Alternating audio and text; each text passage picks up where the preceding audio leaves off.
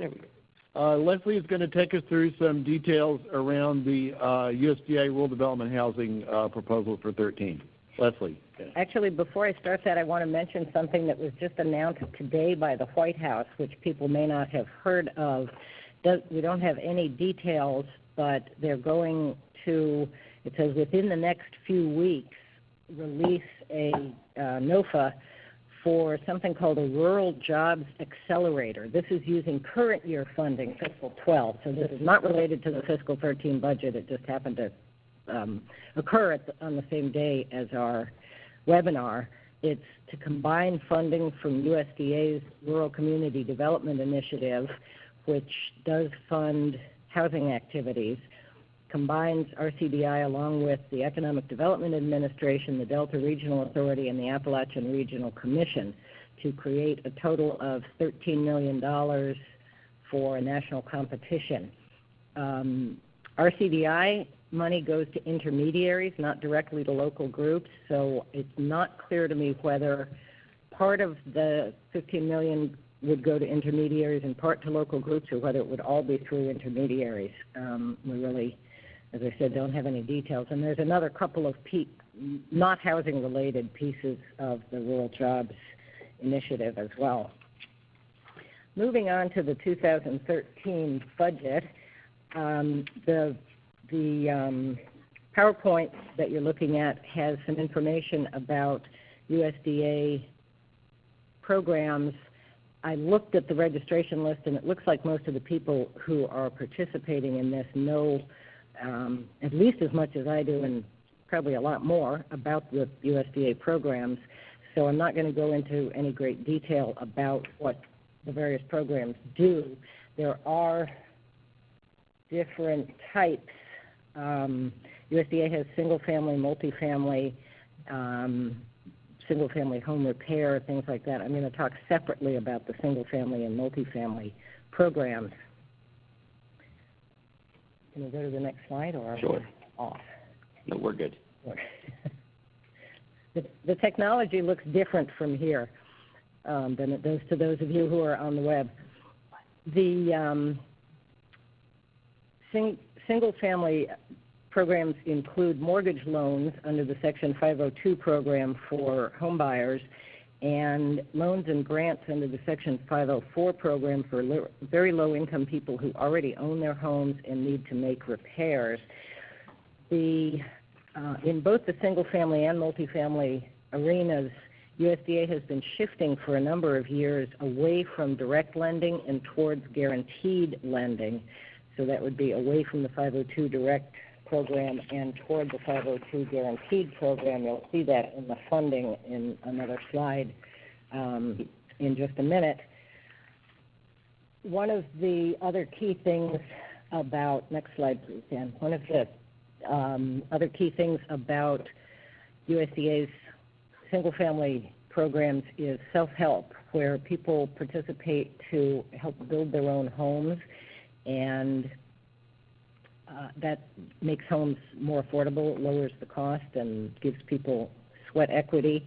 Many of the people participating in this program use Section 502 direct loans, and the local sponsoring organizations get administrative grants through the Section 523 TA program.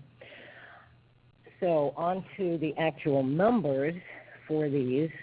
The last column is the administration's budget proposal for this year. It's better than it was last year for these particular programs. The last year's budget is not shown on the slides, but last year they proposed to cut the 502 direct program down to something like $211 million from over $1 billion, and proposed to eliminate the 523 self-help program completely. This year, doing much better on both of those, although not providing as much money as for the current fiscal 12 year.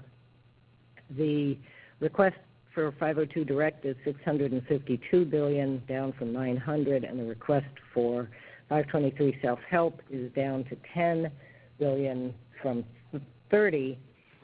The amount needed for the 523 SelfHelp program depends on how many contracts of local organizations need to be renewed and how many new applicants there are.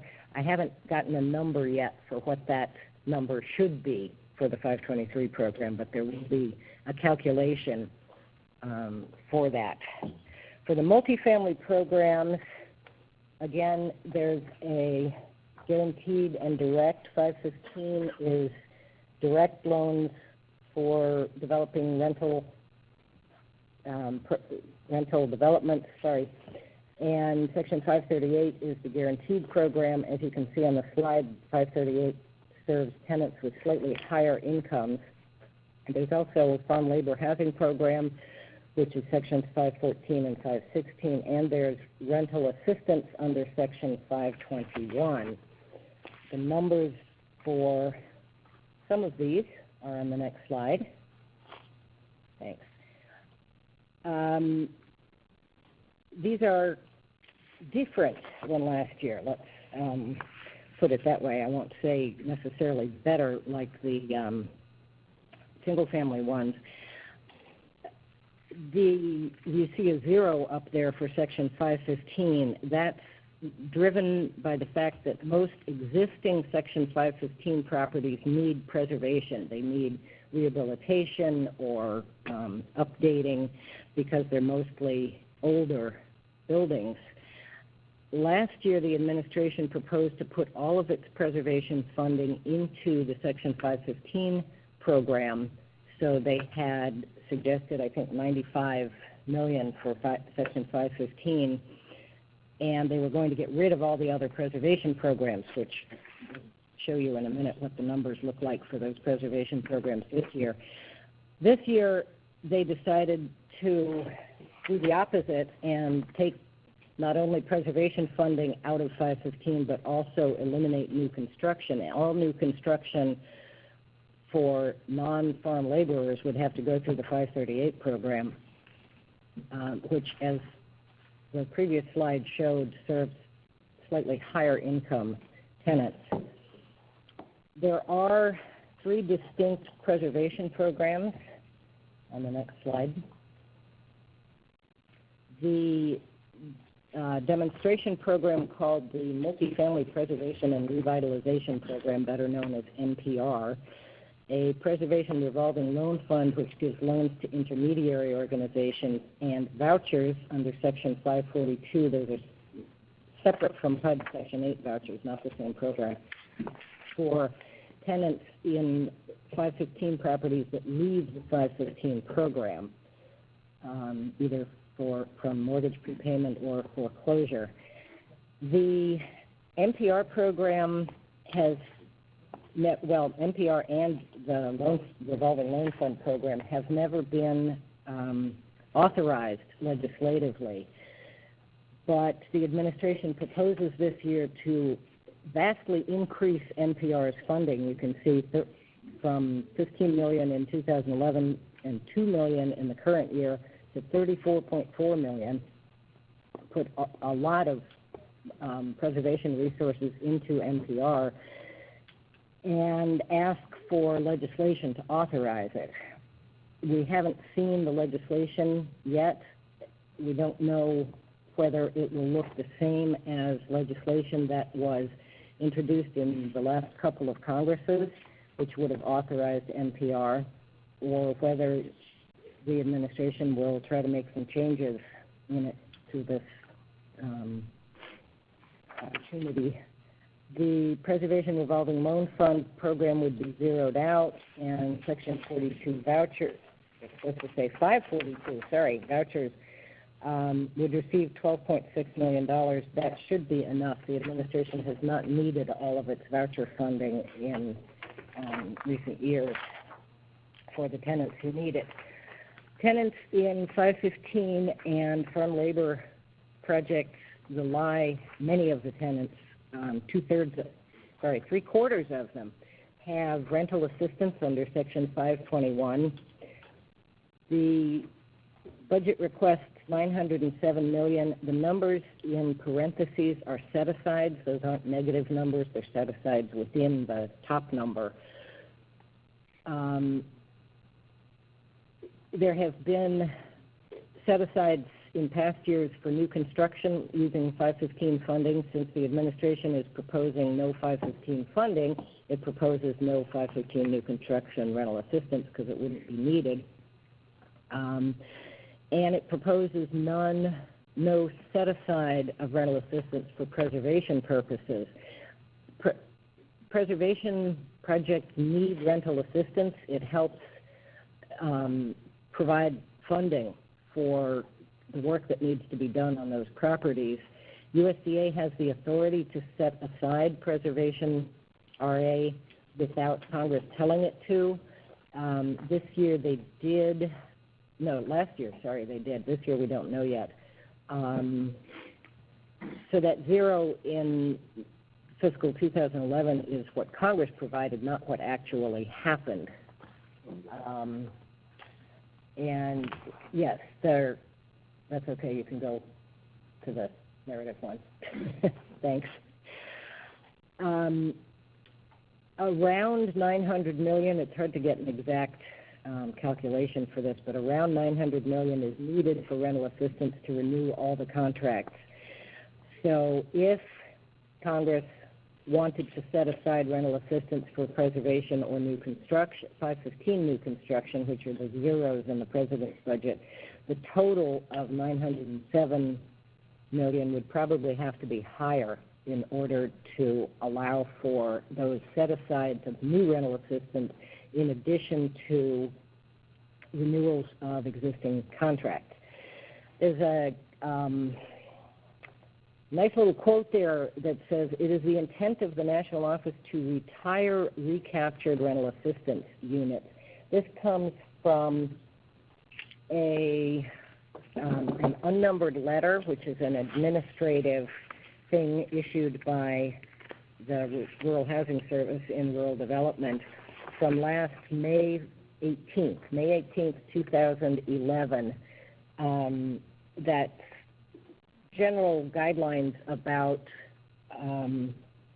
servicing 515 properties in the portfolio, and it specifically says that USDA wants to recover rental assistance. That means that if a tenant with rental assistance, property with rental assistance leaves the 515 programs, the current tenants get vouchers, but USDA would cancel the rental assistance instead of making it available to different tenants. So there's, in order to save money, they're focusing only on people who are currently assisted and not those who may need assistance in the future. There are currently, as I said, 77% of 515 households have rental assistance. Another 19% of households in 515 properties are cost burdened.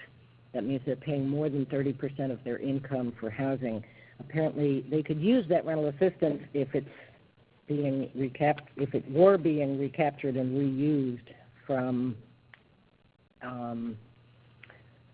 properties leaving the portfolio. And on that cheerful note, I'll turn it over to Joe to talk about HUD. Okay, well, thank you, Leslie.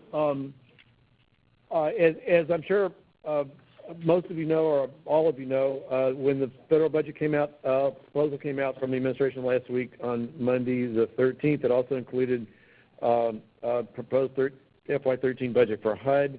Our slide here, sort of tongue-in-cheek, calls HUD the Department of Housing and Urban and Rural Development. HUD, as many of you know, or perhaps all of you, actually does a lot of funding and work in rural areas in programs like CDBG and Home, in all of their rental assistance programs. A lot of vouchers and public housing are also rural. The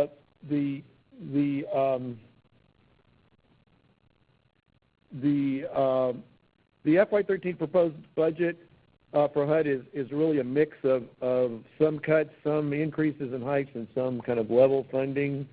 The first table here focuses on two of HUD's largest programs that are used extensively in rural and very important to rural areas, the CDBG and HOME program. The CDBG program has a moderate sort of reduction there of a little over $200 million. Part of CDBG for the last couple of years has been Sustainable Communities Initiatives, and another smaller, very small set-aside within CDBG was the Rural Innovation Fund that some of you on the phone may have actually used or gotten some funding from. You'll see zeros kind of going across there for that fund, unfortunately.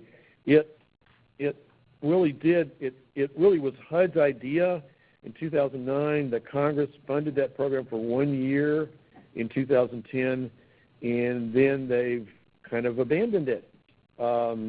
So the Rural Innovation Fund is not asked for any funding in 2013. I'll come back to that at the end of the slides, or toward the end of the slides.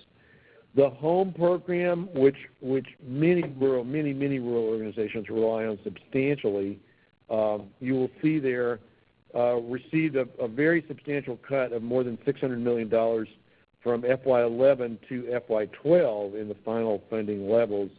And in the FY13 budget, you can see on the last line of that table that HUD is asking for $1 billion, but that's a continuation of the reduced level that was in 2012. So we were a little disappointed in that they wouldn't come back and ask for the 1.6, or several years ago, I think the HOME program was getting 1.8 billion. So pretty substantial reduction for HOME, which is unfortunate. The next slide goes through some of the HUD rental assistance programs. The tenant-based rental assistance gets a small increase. The project-based rental assistance is cut substantially by more than $600 million, you can see there, and that's one of the biggest reductions, if not the biggest reduction, in the HUD budget proposal. The public housing accounts, the capital fund, the operating fund are both increased, particularly the operating fund by a pretty healthy amount. And then looking at the next slide, the National Housing Trust Fund, or the Housing Trust Fund, is something that's been around and authorized statutory language since 2008, but has never been funded. So the HUD budget, again this year, proposes a $1 billion level of new funding for that fund. It would be mandatory funding. There are very few, if any, housing programs that are mandatory programs. So it'll be interesting to see if the Congress will go along with that. I believe that program is subject to the pay-go rules, where they have to be offsets, and what I understand, HUD has not yet proposed any offsets in the budget to fund the Housing Trust Fund. But as many of you know, that's a new program, and it would fund both mainly rental, but also homeownership housing for extremely low-income households. The NAHASA, or Native American Housing Block Grants, is kept at level funding. The homeless assistance programs go up pretty substantially. 300 million plus increase there, including a new, very small rural homeless program that I'll get to in a minute in a future slide. Then the next slide, some of the other HUD programs there. The Section 202 for the elderly program had been cut back some a couple of years ago and got a fairly low funding level in fiscal 12. Now there's a proposal by HUD to bring that back up by a little over $100 million. Some other things there, the SHOP program, the next to last line there, that supports land and infrastructure costs for self-help housing, is again proposed by HUD to be zeroed out.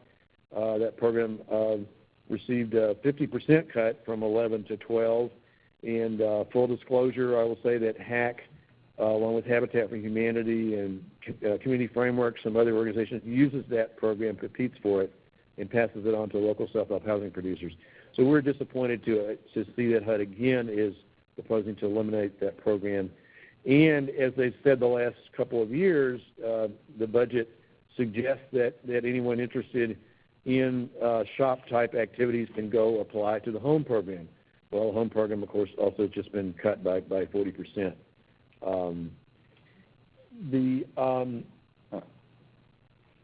You okay? Yeah, we just lost our connection to the server, so hopefully that reboots.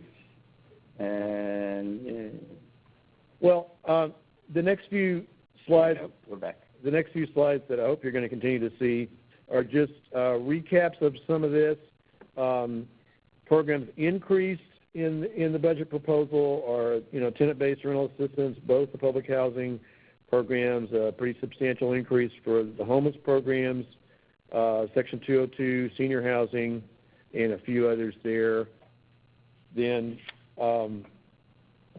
level funding increases are for home, veteran supportive housing vouchers, the Indian Housing Block grants. But again, remember that home is level funding from 12, proposed for 13, but the home 12 final appropriated level is a substantial cut from the fiscal 11 level. And then just to recap, several programs proposed for cuts, sometimes substantial cuts, or elimination, including the project-based rental assistance by over $600 million, CDBG, SHOP zero funding, and a couple of others there. The one other policy thing that stands out in the budget is that there's a proposal to increase minimum rents to $75 a month for the lowest income HUD-assisted households, or for all HUD rental assistance households in all of the rental assistance programs, public housing, Section 8, 202, and others. And this proposal is getting some strong resistance from a lot of the advocacy community. There are in several of the proposals, there are separate proposals for increasing to $75 in the different sections. And in several of them, it's pointed out that there are exceptions for cost-burdened households that really might not be able to afford the $75. And then really kind of our final slide in this section about HUD is just to recap a little bit about rural programs in the FY13 budget, again recognizing that programs like CDBG and home and public housing and Section 8 get used a lot in rural, but then the specifically rural programs, again, the Rural Innovation Fund, a very small program funded only for 1 year in fiscal 10, is proposed for zero. It's not even really mentioned in the budget. This is a program that was, as I said, that was HUD's idea in 2009. The Congress funded it for 1 year, and then HUD just seems to have walked away from it and is not proposing to fund it anymore at all and doesn't even mention it. That program, the Rural Innovation Fund, replaced the older Rural Housing and Economic Development Program. It was around for more than 10 years, starting in the 1990s. And so now they're both gone. Something that is new that's a rural program proposed for funding for the first time is the Rural Housing Stability Program, which is a new small program for rural homelessness. It was created by the HEARTH Act from a couple of years ago, and HUD does talk about that, and presumably there will be a NOPA out for that program at some point soon. Don't have a slide here, but just wanted to mention the fact about the next steps in the appropriations process. Hearings are already starting on the budget bill. Actually, a week from today, there is a hearing in the House Financial Services Committee at 10 a.m. And the House Financial Services Committee's hearings are almost always webcast on their website, so you should be able to watch that. Some of the top HUD officials are testifying there. There'll be other appropriations hearings as the spring kind of moves along in the appropriations subcommittees and in full committees, both House and Senate. And then the decisions around the bills, both HUD appropriations and USDA appropriations, will be made in markups of those bills. In the late spring, they're usually like May, June, July.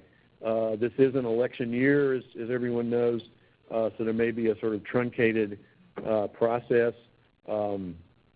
Possibilities for omnibus legislation, lumping things together.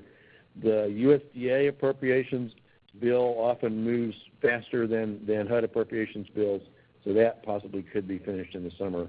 But Congress will be trying to finish as many appropriations as possible before taking their election break starting in October. And then, yeah. Actually, before we go to Sure. questions, somebody's probably going to ask a question about the Budget Control Act on sequestration, so let's go ahead and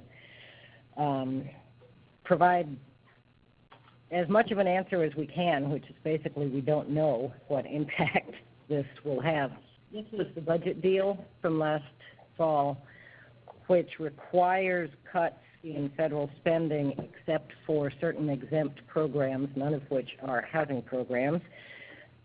Starting in calendar year 1913, I was going to say, calendar year 2013, January 1st, it's not on a fiscal year basis, so that if money was going to be cut from the appropriated levels for 2013, it would be cut partway into the fiscal year. The Center for Budget and Policy Priorities calculated that an across-the-board cut in domestic programs for fiscal 13 would be 9.1%. Apparently this is higher than what the Congressional Budget Office calculated, and CBPP has a whole explanation for why they came up with a larger number. But this may not happen. Congress and the Obama administration are not particularly happy about what they agreed to previously because, of course, it's painful. The administration's budget proposal doesn't take account of it. It doesn't say, here's what we're going to do with these cuts. It just proposes deficit reduction, different ways of reducing the deficit. So there may be a whole other deficit reduction fight. It's unlikely that anything's going to happen on that front before the election, which of course is after the fiscal year begins on October 1st, so that it will be a while not only before the appropriations bills get passed, as Joe said, but also before we know what's happening with the sequestration. We might just mention one other thing about keeping up with all of this is that we have postings, sometimes more than once a week, on the HAC website about what's happening with appropriations and policy issues. And also in the HAC News, we will provide details whenever something is happening. If you don't already get the HAC News, you can go on our website and sign up for it. Free newsletter. Okay. Well, we have our first question already from Don Pierce. Leslie, how did the administration arrive at $10 million for the 523 program? I do not know. It's a nice round number. It's an interesting question. As you probably remember, Don, the 12 budget proposal last year had 0. So we think 10's an improvement, but we don't really know. Yeah, good question. Yeah, 10 is clearly not enough to fund all expiring contracts. No. So that's not what they were aiming for. And that's the last typed-in question I have. I'm going to unmute everyone, but I ask you to remember to please push the button at the top of the screen and raise your hand so we can keep some sort of order to this. The conference is no longer in listen-only mode.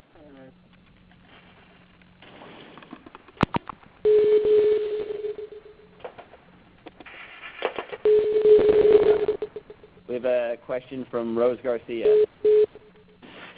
Go ahead, Rose. Yes, this is Rose Garcia. My question is if there's any housing money as part of the President's budget for the Project Rebuild under the job. I didn't hear the question, Rose. Can you try it again? We're getting interference. I think a lot of people are signing off. Yes. Or no. Hi, Rose. Can you repeat that? Can you hear me? Yes. Yes.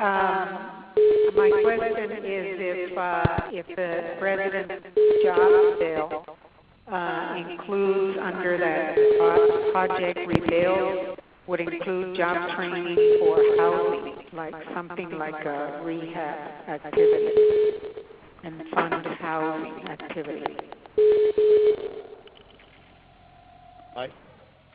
In the President's job bill.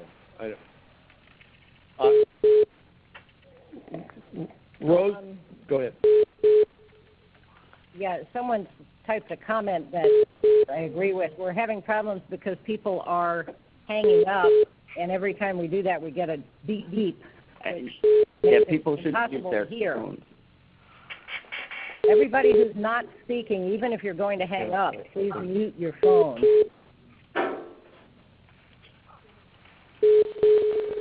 Rose, if you have access to the computer, if you can type in your question, that would help. Okay.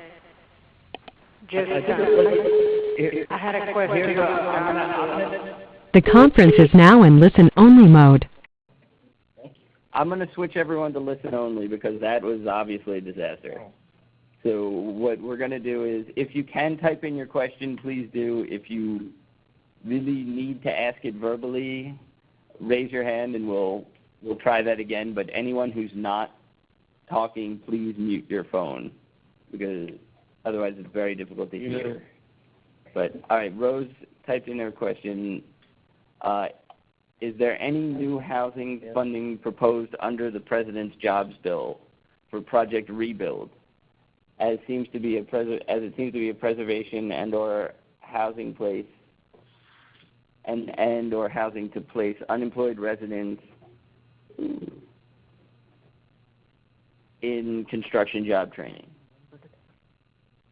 Yeah, Rose, I don't know that we know the answer to that. It's a very good question. It ought to be there. I know in conversations the National Rural Housing Coalition folks were having with Secretary Vilsack last week, and in prior conversations that the coalition members are having with some of the USDA officials, at the point we were trying to make in that housing development provides substantial jobs in the construction sector. But frankly, I don't know that we got that message across very well. So. Okay. And we have a question from Lawrence Anderson. Hi, Larry. Does the $34.4 million in MPR represent BA or program level? For those who don't know, BA is budget authority, which is the actual cost to the government. It should be program level.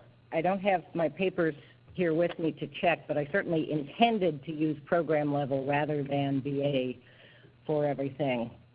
I'll double check that, and if it's not the program level, I'll let you know. And we have a couple questions from Carl Ori. Can you compare the BA for 502 Direct with proposed and/or prior year?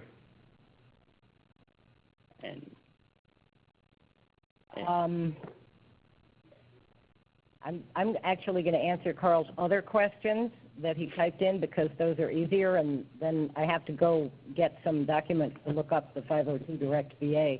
You asked about the HPG program, that Section 533 Housing Preservation Grant. It's a small program, and yes, I did skip over it, and I apologize. It is proposed for no funding. It had $10 million in fiscal 2011 and $3.6 in 2012, the current year. The administration proposed to zero it out last year, and they proposed to zero it out again this year. The explanation this year says we're putting all of our preservation funding into NPR, which shows that whoever wrote that does not know that the Housing Preservation Grant Program is not actually a multifamily preservation program. It's a repair program. Which is pretty bad, you know, if they don't understand the difference between housing preservation grants and multifamily preservation. But in any case, it's proposed for no funding. Congress did restore $3.6 million last year, so we can hope that Congress will look at the 2012 level and propose that this year. The other question is about 514. 514, 516, that's the two farm labor housing programs. 514 is loans and 516 is grants.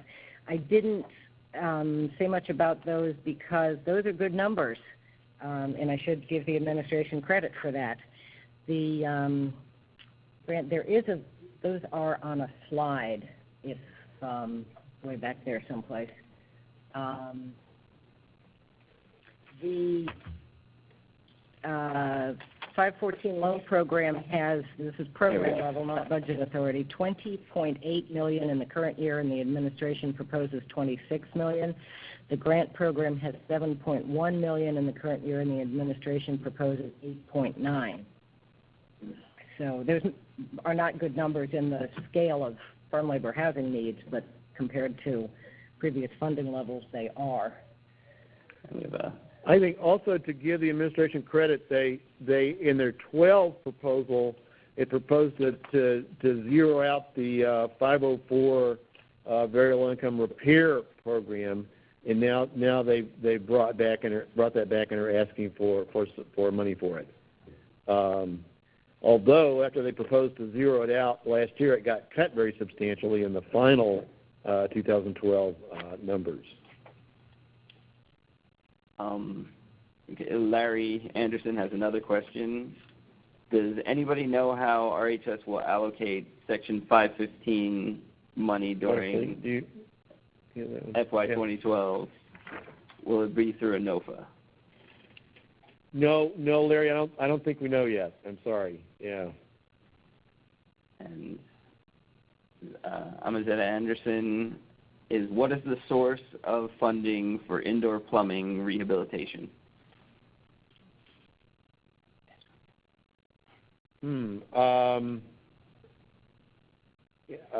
I'm not sure I understand the question. I think there are probably several programs that could help with that. Again, the USDA 504 home repair loan and grant program will pay for new bathrooms, new improved plumbing for very low income people. The grant side of that is for elderly, very low income elderly only. I think there are probably some HUD programs that will also pay for that in the right kind of proposal.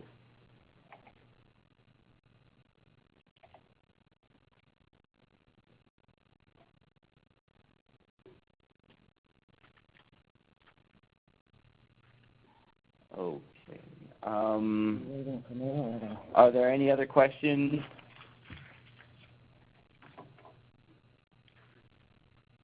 This is Leslie. I'm trying to find the answer to the question about Section 502 Direct Budget Authority.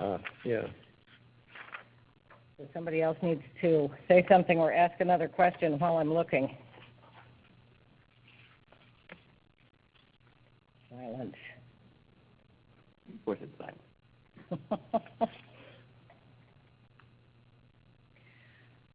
Okay, budget authority for Section 502. Is this direct or does this include guaranteed? About 45. Sorry? Thank you, Peter Carey. You're correct. The budget authority last year was, Peter said, about $45 million. It was $42.5 million last year, and this year it's proposed to be just under $39 million. So they would be saving the government some money by reducing the program level from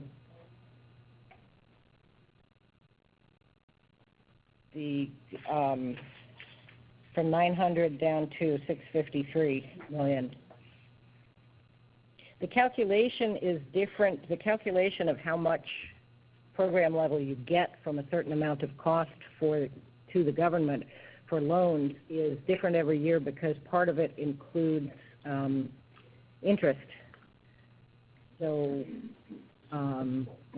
interest rates vary from year to year. So it's always an estimate anyway.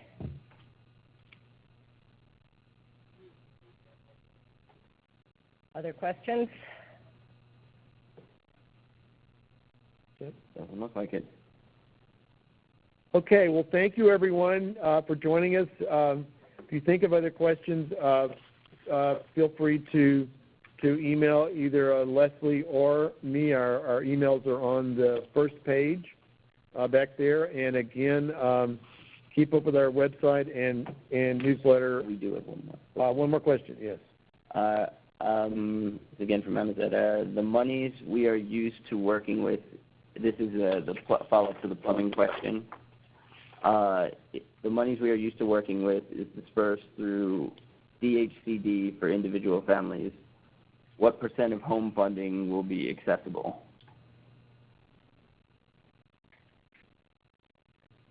That sounds like that may be a question for your state. Yeah. If DHCD is a state agency, then that's how the state is choosing to distribute the home fund. And we don't have information about individual states. Yeah, as you likely know, percentages of both home and CDBG go out through the states. So we're not sure what's going to be happening on individual states.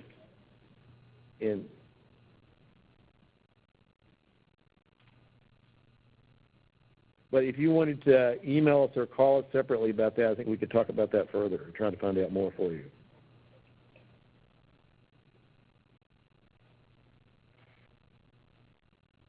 And to answer the question from Karen that just popped up, are the slides available on your website? They are available on the website. You also get an email after the webinar is done that includes the slides and a recording if you want to listen again.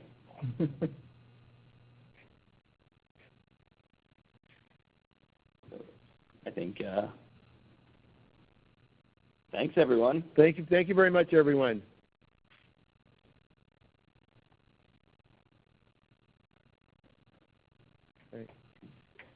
Thank you. Please stand by.